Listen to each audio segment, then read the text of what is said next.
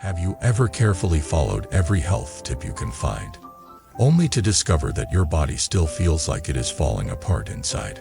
Have you ever wondered why you drink herbal teas, take supplements, avoid late nights, and yet you still wake up tired, bloated, or full of strange aches that no checkup can fully explain?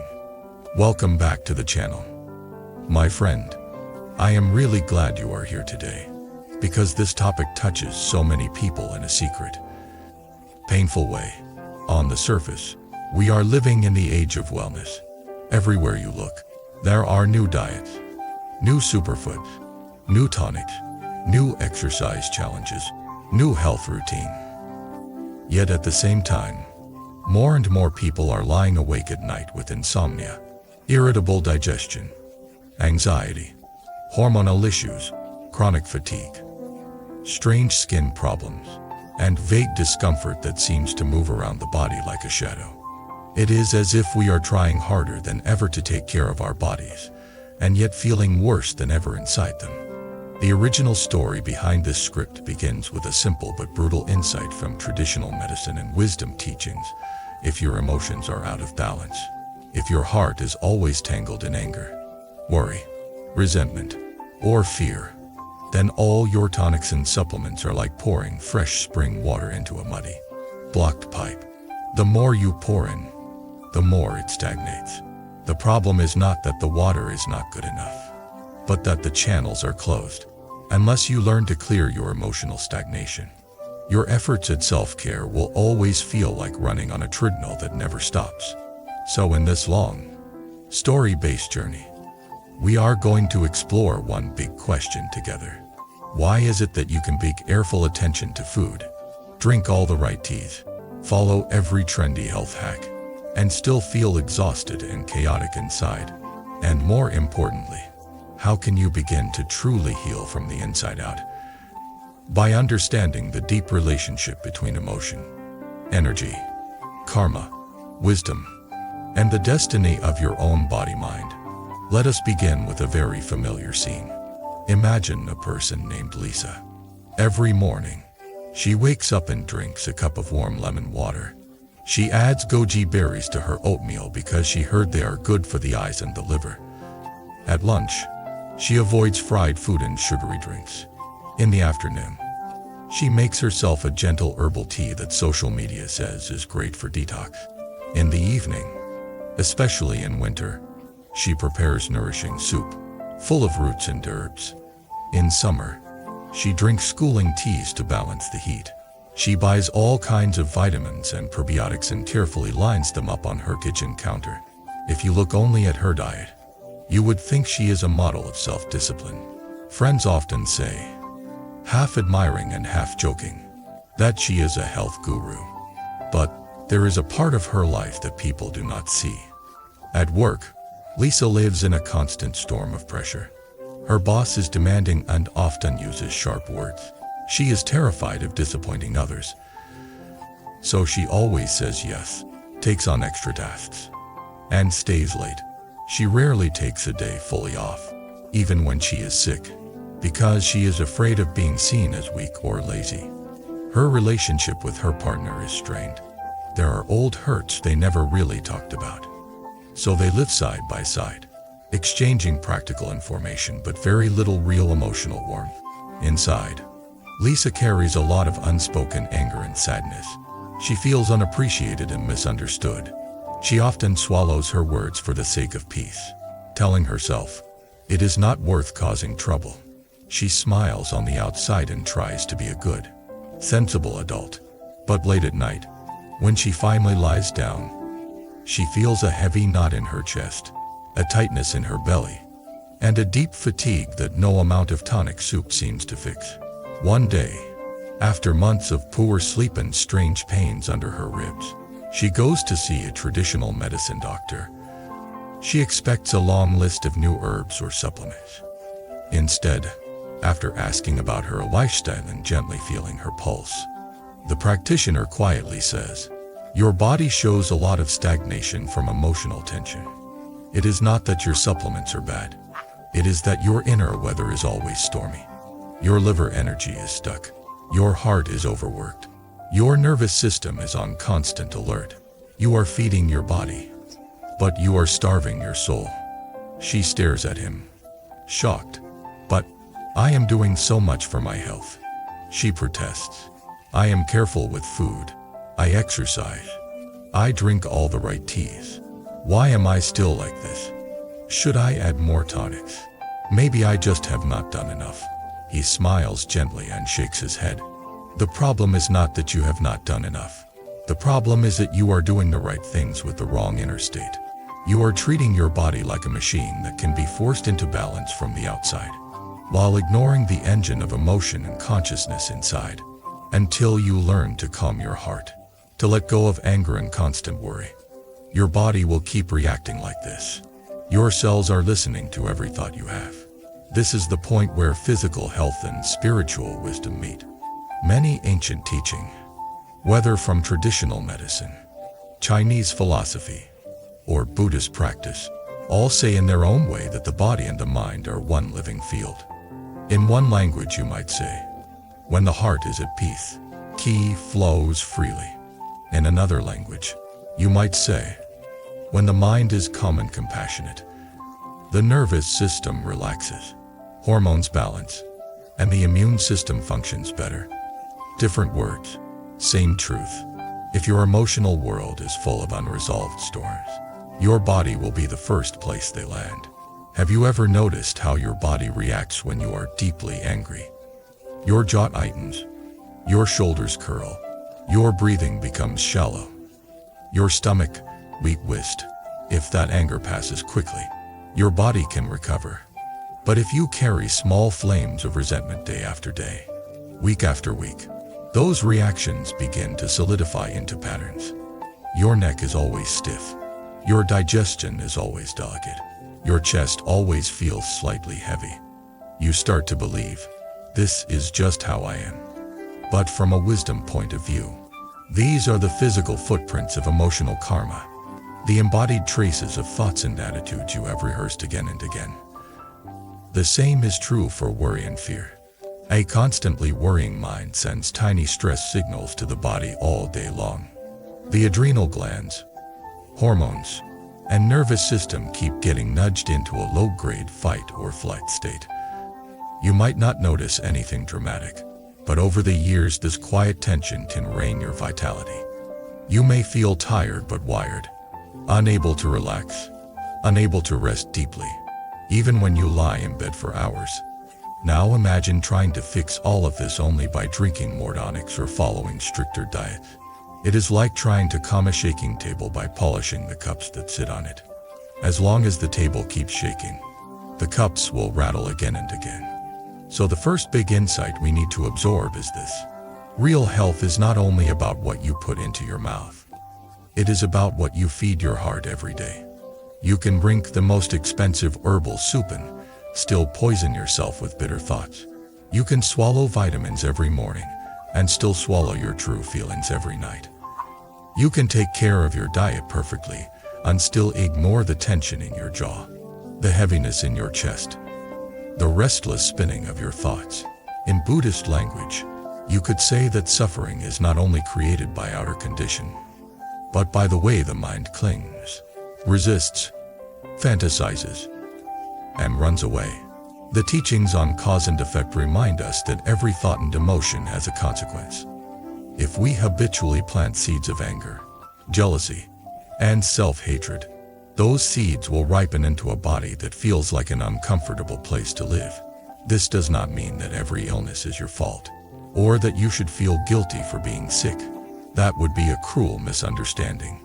Many factors affect health, including genetics, environment, accidents, and collective karma. But within what we can influence, our emotional landscape plays a huge role.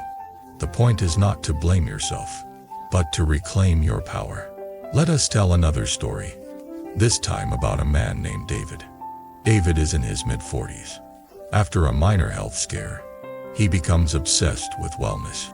He reads countless articles, follows several fitness influencers, tries intermittent fasting, buys organic food, and spends a lot of money on supplements. His social media feed is full of photos of smoothies, workout routines, and motivational quotes. Yet his friends notice that he is often irritable. Little things make him snap. He complains about his colleagues, curses at traffic, and frequently talks about how unfair life is. He holds grudges for years. When someone wrongs him, he tells the story again and again, reliving the anger every time. He prides himself on not letting people off the hook, but in reality, it is his own heart that never gets to rest. At night, he has acid reflux and tension headaches. His doctor says his blood pressure is on the high side. He is offended. How can this be? He thinks, I eat better than most people. I work out. I do more for my health than anyone I know. But if someone gently suggests that he might benefit from learning to let go of anger or practicing meditation, he rolls his eyes. I am fine, he says. I just have strong opinion. This is who I am. From a spiritual and energetic perspective, it is easy to see the pattern. His outer lifestyle says health, but his inner climate says constant war. His nervous system barely has time to soften. His hormones keep getting jolted by spikes of rage and frustration. Every time he rehearses an old grievance, his body experiences it as if it were happening again now. His muscles tighten. His stomach churns. His heart beats faster. If we imagine his inner state like weather, it is as if he lives in a land where the wind rarely stops. Even if the soil is fertile and the seeds are good, the plants cannot grow calmly because the wind keeps ripping at them. In such a field, pouring more water will not solve the root problem. You have to address the wind itself. So how do we begin to calm this inner wind? How do we go beyond superficial self-care and reach the deeper levels where body, heart, and wisdom meet? The first step is to acknowledge, honestly, that your emotions matter. This may sound obvious, but many people have been trained from childhood to distrust or suppress their feelings. Maybe you heard messages like do not cry, be strong, others have it worse, or stop being so sensitive. Over time, you learned to push your feelings down, to wear a polite mask, to pretend that what hurt you did not hurt. You focused on doing your duty, keeping the household running, earning money, being productive. On the surface, this looks mature and responsible. But when feelings are never understood and processed, they do not simply disappear. They sink deeper into the body. Sadness may become heaviness in the chest. Unspoken anger may become chronic tension in the neck and shoulders.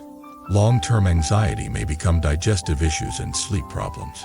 Acknowledging your emotions does not mean acting them out blindly or using them to hurt others. It means granting them the right to exist in your awareness. It means admitting to yourself, yes, I am angry about this, or yes, I am deeply hurt, or yes, this scares me. And then staying with that feeling long enough to understand it, rather than rushing to escape it. The second step is to create simple, daily practices that help your body and mind reconnect. This is where the wisdom of meditation, breathwork, gentle movement, and contemplative reflection becomes incredibly practical. You do not need to start with some complicated technique. You can begin with 10 minutes a day of quiet sitting. Turn off your devices. Put your supplements out of sight for a moment. Sit in a chair or on a cushion. Feel your feet on the ground. Place one hand lightly on your chest and one on your belly. Close your eyes, if that feels safe, and simply watch your breath. At first, your mind will probably race. Thoughts will come in like a swarm of bees, to-do lists, memories, worries, random images. Do not get discouraged. This is not a sign that you are doing it wrong. It is a sign that you are finally noticing what has always been there.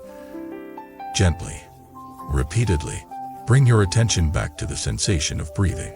Notice how your chest rises and falls, how air moves in and out. When a strong emotion appears, do not push it away. Feel where it lies in your body. Is it a knot in your stomach? A pressure in your throat? a heat in your face. As you keep practicing, something subtle begins to change. The space between the thoughts grows a little wider. The emotions that used to feel overwhelming start to become more like waves you can watch instead of hurricanes that throw you around. Your nervous system begins to remember what it feels like to be in a softer state. From the viewpoint of traditional wisdom, this kind of practice helps your inner energy channels open. When your awareness settles in the body, tight places gradually release. Your breath becomes deeper. Your circulation improves. Your organs receive more oxygen and blood. The tonics and herbs you take can then flow more smoothly, rather than getting trapped in an environment of constant tension. The third step is to examine the stories you tell yourself about who you have to be. Many people exhaust their bodies, not only through physical activity, but through the roles they feel forced to play. You might have an inner script that says, "I must always be the strong one," or "I must keep everyone happy," or "I must never fail." These beliefs create invisible pressure that never lifts. Even when you are resting on the couch, your muscles may be lying down, but your mind is still carrying a heavy burden. Buddhist teachings talk about the illusion of a fixed self. We often cling to identities and labels as if they were absolute truth. "I am this kind of person," we say. But if you look more deeply, you will see that what you call me is a flow of changing thoughts, feelings, body sensations, and habits. Nothing in you is completely fixed. This is good news.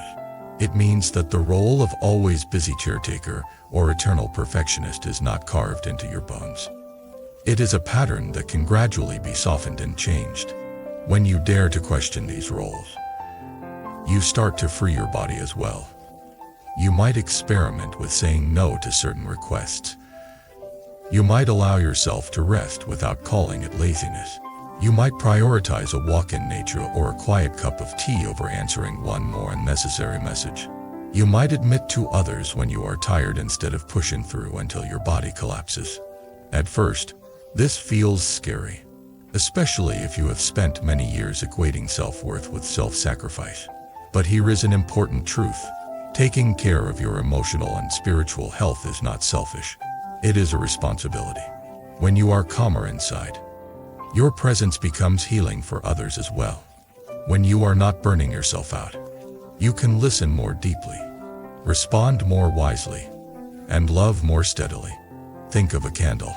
If it burns too fiercely, using all its wax at once, it will die quickly. If it burns too weakly, hiding its light, it cannot illuminate much. The art is to burn with a steady flame. Emotionally, this means neither suppressing everything nor exploding constantly, but learning to feel deeply while staying grounded. Now, let us weave in the idea of karma and destiny, because this helps many people understand why they keep repeating the same health patterns year after year. In its simplest sense, means cause and effect. It is not only about what happens after death.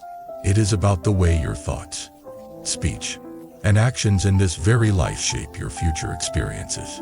If, for years, you habitually choose to ignore your own limit, to swallow your feelings, to push your body beyond what it can handle, then your current state of fatigue or illness is not a random punishment.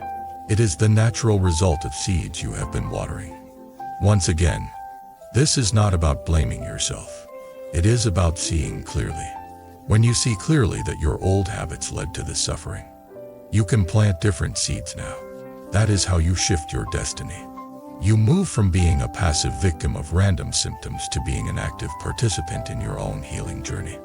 For example, imagine that for most of your life, you believe that anger must be suppressed.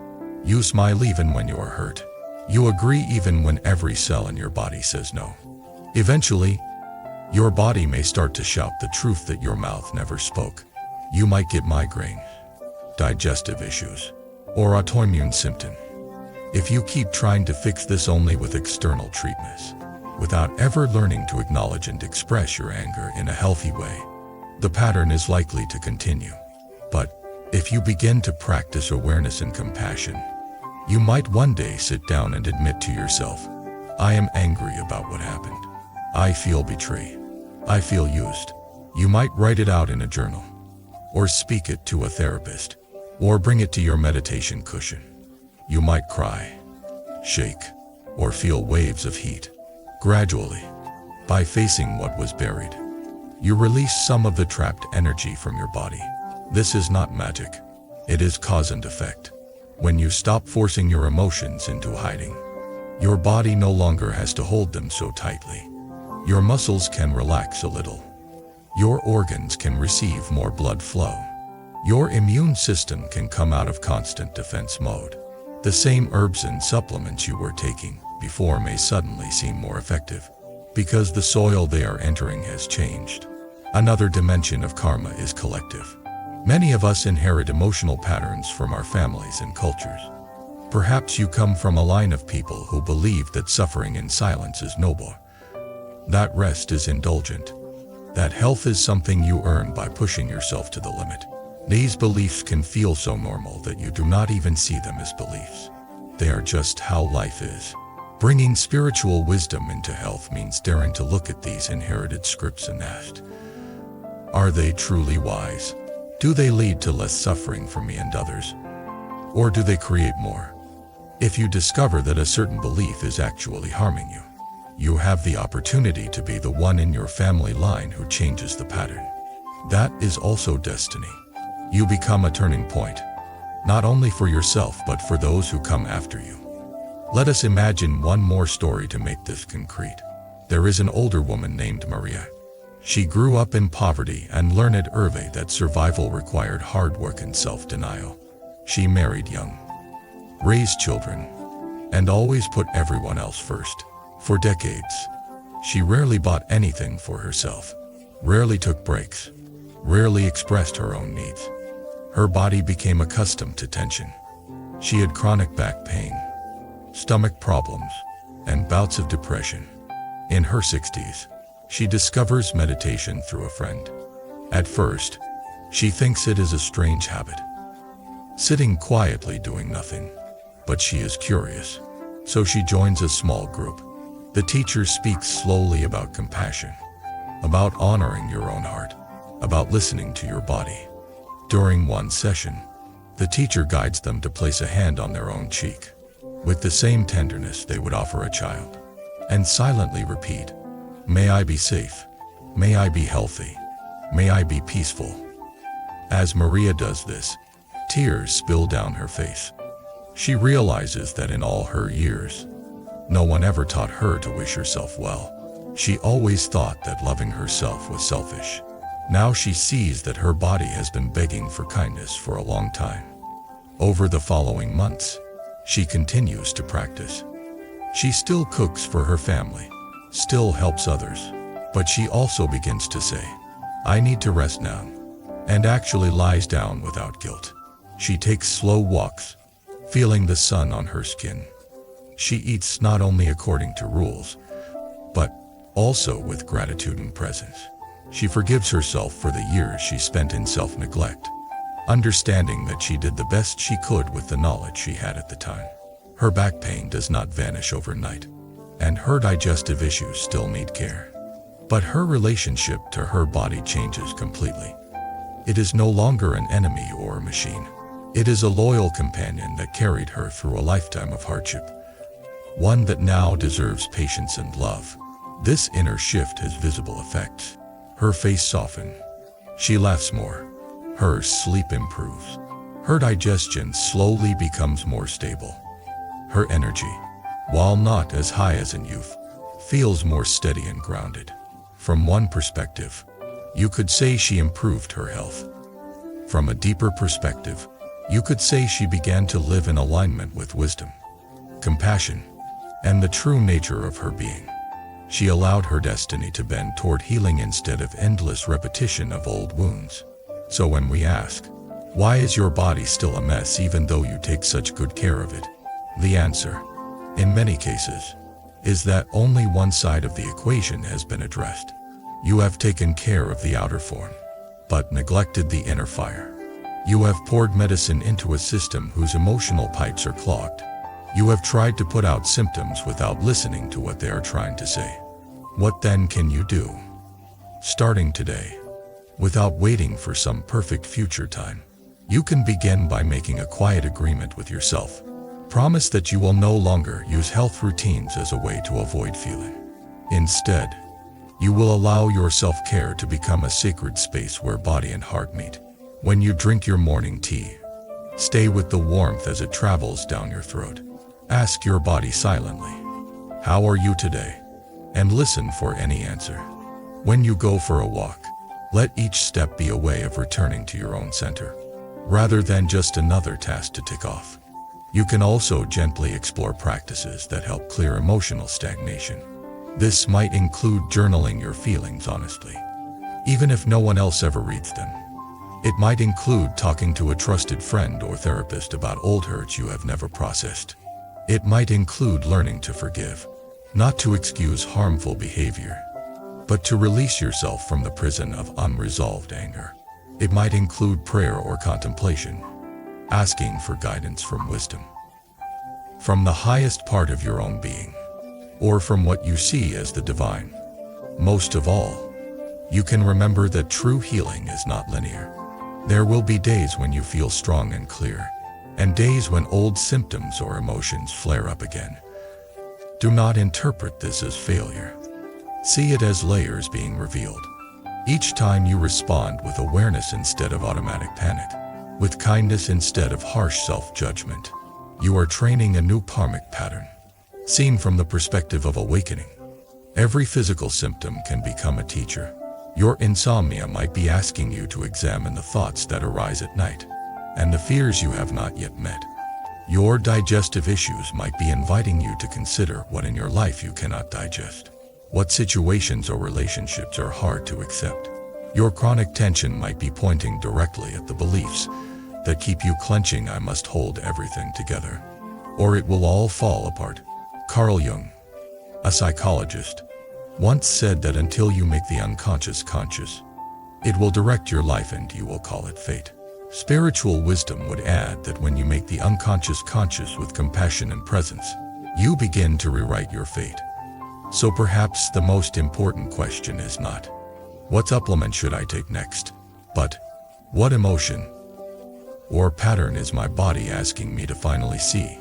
When you approach your health with this level of honesty, your herbs, your food choices, and your tonics become partners in a holistic journey, rather than expert attempts to cover up deeper imbalance.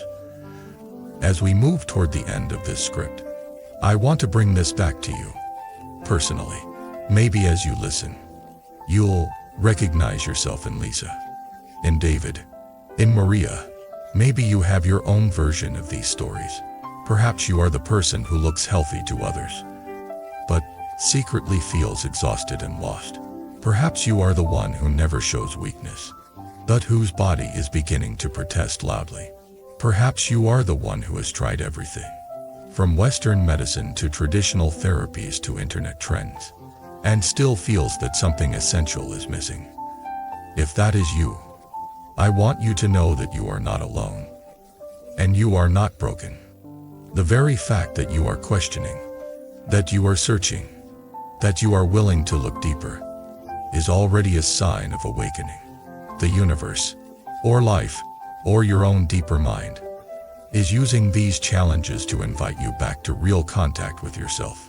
I invite you to pause for a moment, right now, and place a hand on your heart. Feel its rhythm. It has been beating for you nonstop since before you were born. It has endured every stress, every grief, every joy. It has carried anger, fear, excitement, and love. It is still here, still pumping life through your veins, even on days when you feel like giving up. Ask this heart quietly, "What do you need from me now?" The answer might not come as words.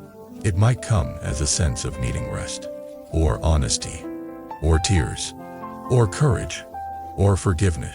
Trust that whatever arises is worth listening to. In the comments, if you feel comfortable, share a bit of your story. Have you ever gone through a period where you did everything right for your health on the surface, but your body still felt chaotic or weak. What did you discover about the role of emotions, stress, and inner beliefs in your physical state? Did any particular practice or insight help you begin to heal from the inside out? Your story may be the mirror someone else needs. Sometimes hearing another person's journey gives us the courage to face our own. If this long reflection brought you even a small moment of clarity or comfort, please support the channel by liking this video, subscribing, and turning on notifications. That way you will not miss future deep dives into themes like awakening, wisdom, cause and effect, compassion, practice, and the way they all weave into the body and mind. If you would like to help sustain this work and go deeper together, consider joining as a member. Your presence, your attention, and your sincere heart are already the greatest offering. Thank you for walking through this exploration with me. May your efforts at self-care become less about fighting your body and more about befriending it. May your herbs and tonics nourish not only your organs but also your awareness. And may you gradually discover that the true medicine you have been searching for was always living in your own awakened, compassionate heart. There are moments when you see something and your heart simply whispers, "This one is meant for me." Bracelet carries more than beads. It carries intention, protection, and quiet strength. Something to guide your thoughts and keep your spirit steady. If you felt that gentle pull toward any of the bracelets shown, the purchase link is waiting in the description, and the full collection is displayed on our channel store. Follow your intuition. It rarely leads you wrong.